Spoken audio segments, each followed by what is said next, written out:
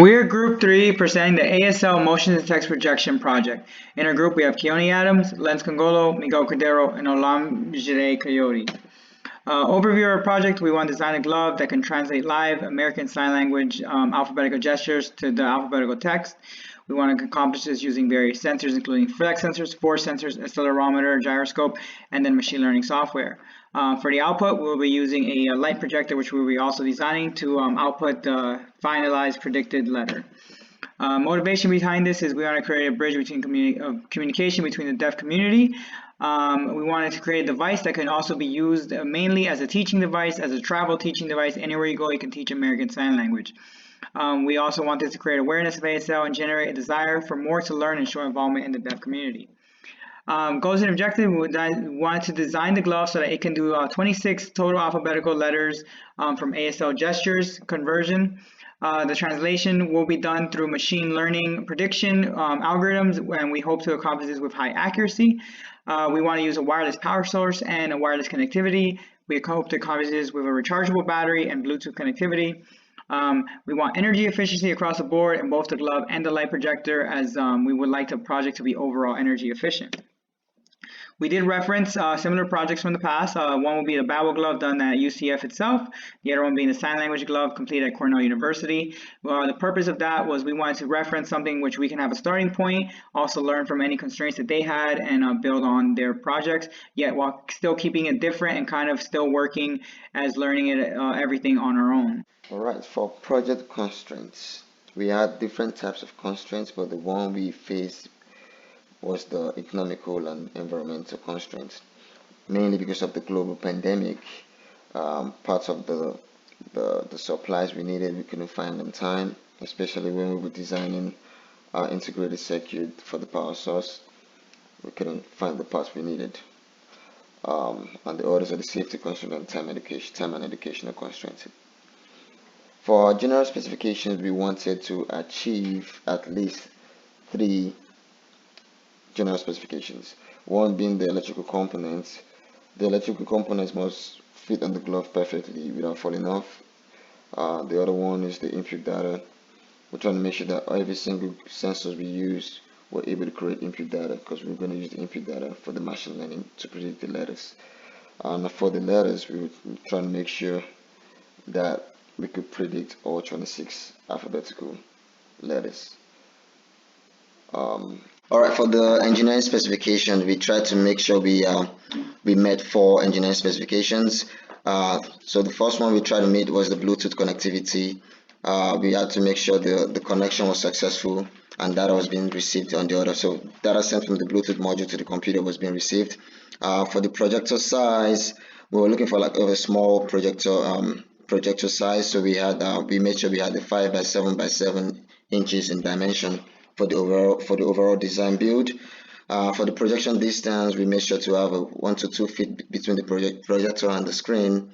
For the flex sensor, we try to make sure we had the bed resistance of 45 to 125 kilo ohms, which gave us an input voltage signal of 1.5 to about 5 volts. The electrical component and hardware design, we have our hardware block diagram, as you can see on the screen. We have our sensors connected to the MCU, and the MCU is placed on the glove. And then whenever we make our gesture, the data is being sent from the MCU to the Bluetooth via the Bluetooth module to the PC, and then we collect our data sets, and then we do our machine learning, and then the projector displays the letters, which is our output. So for finger bending detection, since our sign language gestures rely on fingers being bent, we needed a technology that could distinguish the bend angles, which you're going to see in the next slide. We considered different types of technologies, but we decided to go with the flex sensor because it was reliable and it's been used in different projects, and it worked for them, so we decided to go with that. For the flex sensor, the flex sensors will be able to determine the bending of fingers, like I said earlier. We ensured we needed 5 for 5 fingers, and when there's a bend, we get the change in output on the voltage. Like I said earlier, again, we're going to use that to predict our data, predict the letter. From the comparison table, you can see that we decided to go with the Spectra symbol flex sensor, mainly because it was cheap, it was lightweight. There are two sizes, short and the long. So for people with short ends or long ends, you can choose what sensor you wanted. And from the design, simple design, no coating on the components. Um, and you can see from the earlier slide, the flex sensor could predict at a nominal resistance could predict values, and 45 degrees bend could predict value, and a 90-degree bend could predict the values too. So you could actually distinguish between what values you're getting. And we would have gone with the bend lab flex sensor, but it's quite expensive, so we decided not to go with that. As you can see from the design, it's weather and water resistant. For the touch detection, we needed to implement touch detection to create better data sets for our machine learning module. Um, we we researched three different technologies, but we decided to go with the force sensors. Sorry. Um, we needed a sensor to be thin, lightweight, flexible, and reliable, so we decided to go with the Interlink electronics force sensitive resistor because, like I said, it meets all the required specifications for the design. When pressure is applied, the force sensor will experience a change in resistance, resulting in a change in output voltage. And the force sensor will be placed in between the index finger and the middle finger, and when pressed upon, should be able to distinguish between the two main letters we were trying to get, which was the U and the V. Moving on to the accelerometer and gyroscope. An accelerometer is a device that measures acceleration of motion and makes it possible to obtain information in the most accurate way. Gyroscope is a device that is used to stabilize movement to get accurate data. The main reason we choose this device is because it contains a 3-axis gyroscope and 3-axis accelerometer, which will create a 6 degree of freedom, which will help us to read the output data of the 6 sensor on the glove accurately. As we were looking for the accelerometer and gyroscope, we were more focused on the price and availability. The table shows that the DSOs models were priced at about $12 each, and the ADX model was priced at $25. We choose the cheaper one because when comparing the feature, the only major difference is that the more expensive one can sense up to 200 Gs of force, but we concluded it was not necessary since both can accomplish the same task, and the Spark Fun accelerometer and gyroscope has two quick connector to allow us an easy connection and disconnection between our jumper cable to the PCB rather than soldering. This is the LSM6DSOX schematic that help us to connect to our PCB. It was easy to make the connection since we were able to look at which pin will map to our MCU. The MCU is one of the components that is vital to our project. According to Merriam-Webster dictionary, a MCU is an integrated circuit that contains a microprocessor along with a memory and associated circuit, and that controls some or all the function of an electronic device or system. It is a compressed microcomputer built to control the function of embedded system in products such as robot appliances, vehicle, or any product that read, store, measure, calculate, or display information. This table shows the four MCUs we're comparing for our project. It shows that both CC2s have Bluetooth capability, while the CC3 model has Wi-Fi capability, and the MSB 430 has no Bluetooth or Wi-Fi capability. For our project, we would have preferred to using CC2 SIR since it has Bluetooth. However, it was not available. So we went for the MSB since it has the capability to receive external companion like Bluetooth and Wi-Fi module.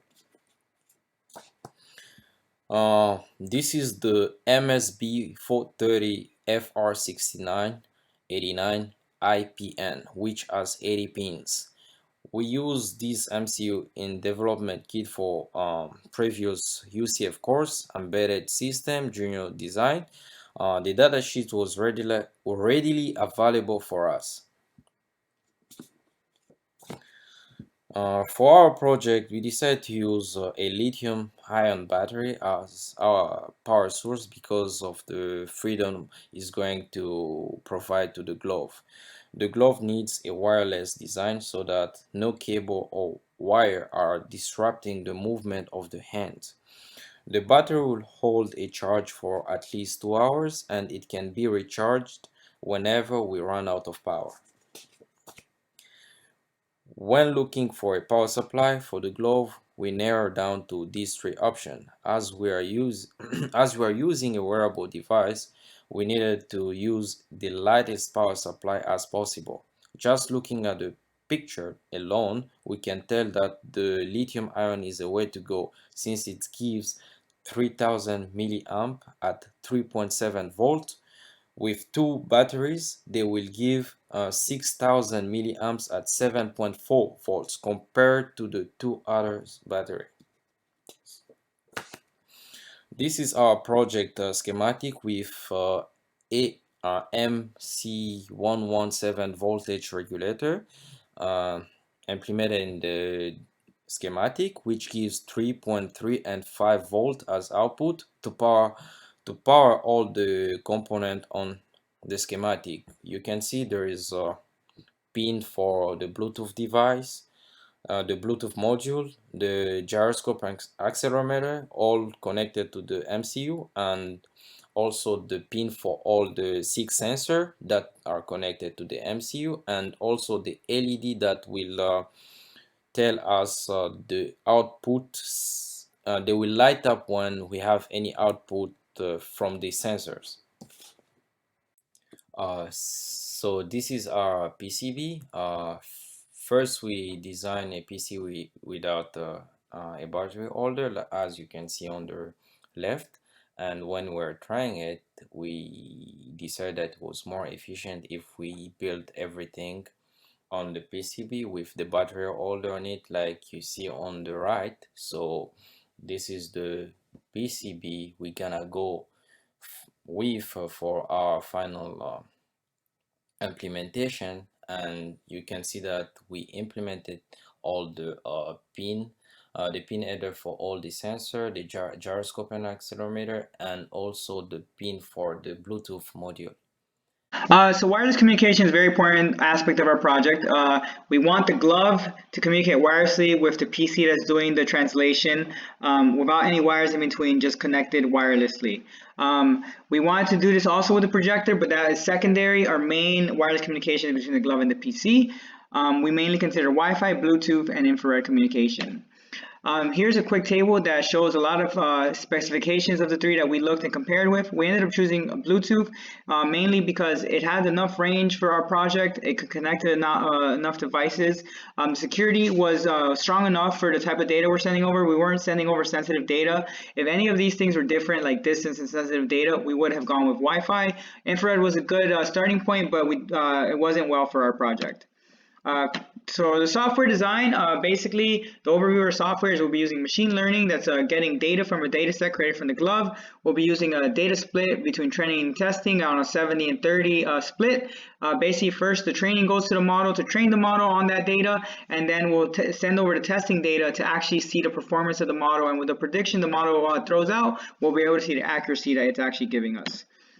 We had to look over the programming language we want to use. We considered Python, C, and Java. We ended up going with Python for machine learning and for the user interface because it's easy to learn, has extensive library for machine learning, and it creates a single programming environment for our whole project. We did use C a little bit for the embedded software of the sensors, but besides that, it was all Python.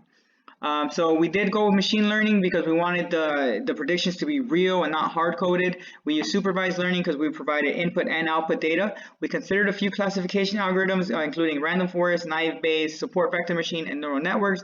Our main goal was to have an algorithm that could do multi-class classification for 26 letters. Support vector machine ended up being what we chose. The way it works is it finds a hyperplane with which maximizes separation of the data points to their potential classes. What's great about this is that it has kernel functions, so we can help with the smoothing and efficiency of the class separation, and this was very useful to us, so we can get the best accuracy possible. The only problem with support vector was it natively does binary classification, but we very quickly found out there is a way to do multi-class. There's two ways. It's one-to-one and one-to-rest. One-to-one compares each class to each other. One-to-rest compares one to the rest all at once. We did heavily consider neural networks for the project, even though we decided against it. It could do very well and had high accuracy. We just felt like support vector machines was good enough for what we were looking for. For prediction computation, we're going to be running the software on the PC, so it'll be getting the data and doing the computation. We were going to try to do an app, but we all had different phones, but we all had in common that we all had a Windows PC, so we could all work with that. It was easy to debug, and it was very useful for us. Okay, so now we're going to be going into the projector design.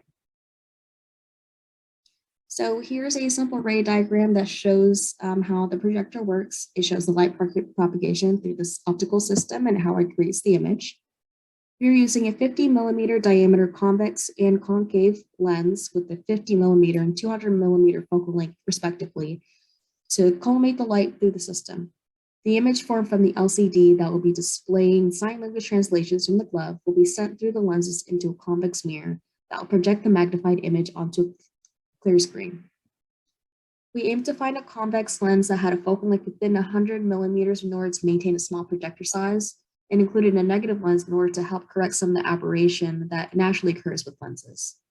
Since we're only displaying text and not fully colored images, it was decided that getting a super high quality lens was not completely necessary. We found an online Amazon store that sold large varieties of lab equipment for classroom usage, including cheap lenses, which is what we decided to go with. All of the optics were selected based on Gaussian lens formulas and ray tracing based on the nature of each optical element and where each of them should be placed. Below is a price comparison of our convex lens and a Thorlab lens. The lenses that we purchased worked perfectly when testing with the light source while spending a fraction of the price compared to bigger companies who also had longer shipping times and issues with items being in stock. All of the optics that we used, including the concave lens, were from the Amazon iSchool store. So for our display, our main option was to use either an LCD or a DLP chip since we wanted to use our own backlight to ensure the image would be bright enough for projection. We decided to go with an LCD panel since our electrical and computer engineers have more experience with them. We found an LCD made for projectors on eBay for only about $18, which we were confident in being able to connect to Raspberry Pi, but upon much time being wasted on trying to connect this LCD, we purchased the Geek LCD last minute that comes with a driver board and HDMI port for easy usage and connection. Even though this was pricier and larger, again, the time constraints led us with little options but to purchase something that was more foolproof for us. So the light source that we decided on was this high-powered triple-up LED star. It has a maximum brightness of over 5,000 lumens, so most outdoor projectors require at least 2,500 lumens. We purchased it from the LED supply website, which was very informative and provided everything that we need to be compatible with the LED, including the power supply that we're using and the LED optics that are able to focus the unpolarized light. The power source we are using is this buck-puck LED driver that allowed us to customize the constant current and supplies just enough voltage to turn on our LED. This driver comes with a potentiometer that allows us to change the voltage, allowing us to manually change the brightness of our projector. The size and dimming capabilities is what made this driver especially attractive for our project in comparison to a very similar product on the same website, the Buck Block, which did not come with a potentiometer and is more than double the width.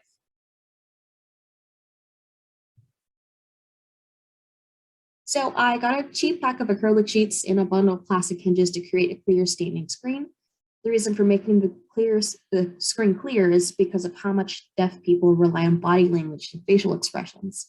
No matter where the glove wearer is standing behind the screen, viewers are able to see all forms of expression. We also found some cheap samples of self-adhesive projection film that fit perfectly onto the acrylic panel.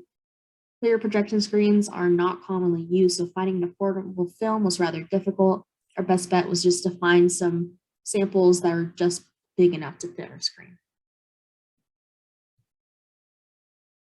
All right, these are some of the administrative details. And this is just a summary of the overall purchases for the projector. Here's the budget for the glove. We say we've been a pretty well budget. We spent a little bit under $300. The most expensive being like the flex sensors, just because we got so many of them. But since this was a self-funded project, we were very happy with this budget, and everything was at a decent price. The division of labor is pretty straightforward. For sensor testing, Jade and Lens took that equally, even though Jade headed that as a primary. Glove construction, we divided it between the three of us, but Miguel, took kind of the lead on that, and then Lens took the secondary. Software development, I took the lead on that, and then Jade helped me as a secondary. As far as electrical design, Lens did take the lead on our whole electrical design for our project, and Jade helped him as a secondary. For both projector component testing and projector construction, Keone took the lead on both of those. That was her main focus on the project, and then we helped her in every way we could with anything that has to do with software, electrical, or just the building and putting it together. Project progress, we're basically at 100 now. We agreed that we're like at 95, 98% because things like research and software development can always be improved and it can always be added to. But overall, we're happy with the design, hardware development, and testing. So we consider this a complete project. If you have any questions, please feel free to ask. We'll answer them to the best way we can, and we hope that you enjoyed our project and presentation. Thank you very much.